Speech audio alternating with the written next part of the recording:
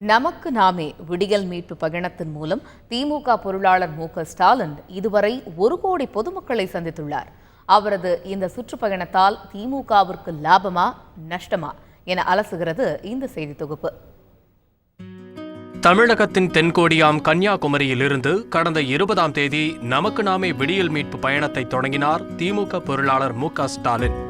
கன்னியாகுமரி, திருநெல்வேலி, தூத்துக்குடி, விருதுநகர், மதுரை என 13 நாட்களில் 11 மாவட்டங்களில் வலம் வந்த மு.க.ஸ்டாலின் இதுவரை 74 சட்டப்பேரவை தொகுதி மக்களை சந்தித்துள்ளார்.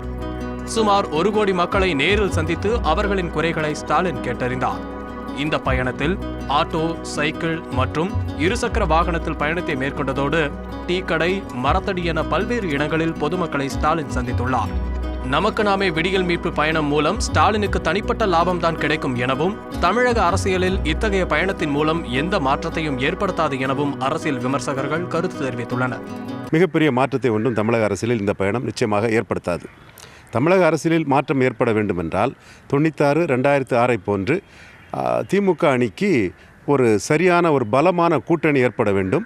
அந்த கூட்டணி ஏற்பட்ட பிறகு ஆளுங்கட்சிக்கு ஒரு அதிருப்தி இருக்க வேண்டும். இந்த ரெண்டும் சேர்ந்து வந்தால்தான் தமிழக அரசியல் அது மாற்றத்தை ஏற்படுத்த முடியும். சட்டப்பேரவை தேர்தலை எதிர்நோக்கி பாட்டாளி மக்கள் கட்சியின் முதலமைச்சர் வேட்பாளர் அன்புமணி ராமதாஸ் பிரச்சாரம் மேற்கொண்டு வரும் நிலையில் திமுகவின் முதலமைச்சர் வேட்பாளர் ஸ்டாலின் என அறிவித்து மக்களை அணுகினால் மட்டுமே திமுகவுக்கு லாபம் என்கிறார் அரசியல் விமர்சகர் ரவீந்திரன் துரைசாமி. திமுக கழகத்தின் பொருளாளர் திரு மு.க.ஸ்டாலின் அவர்களின் நமக்கு நாமே பயணம் அந்த கட்சிக்கு ஒரு லாபத்தை ஏற்படுத்தக்கூடிய பயணம்தான். அவர் முதற்கட்டமாக 74 சட்டமன்ற தொகுதிகளுக்கு சென்று அங்குள்ள மக்களை சந்தித்து அவர்களின் குறைகளை அவர்கள் கேட்டறிந்துள்ளார். இது நிச்சயமாக அந்த கட்சி அடிப்படையில் அவர்களுக்கு லாபம்தான். அஇஅதிமுக, பாஜக, பாமக, இடதுசாரிகள் மற்றும் மக்கள் நலன் காக்கும் கூட்டியக்கம் தேர்தலுக்கு தயாராகி வரும் சூழலில் திமுக பொருளாளர் மு.க.ஸ்டாலினின் நமக்கு நாமே விடியல் மீட்பு பயணம் சட்டப்பேரவை தேர்தலில் திமுகவுக்கு விடியலை ஏற்படுத்துமா என்பது வாக்காளர்கள் கையில்தான் உள்ளது என அரசியல் நோக்கர்கள் தெரிவிக்கின்றனர். தந்தி டிவி செய்திகளுக்காக ஒளிப்பதிவாளர் ரவியுடன் பாஸ்கரன்.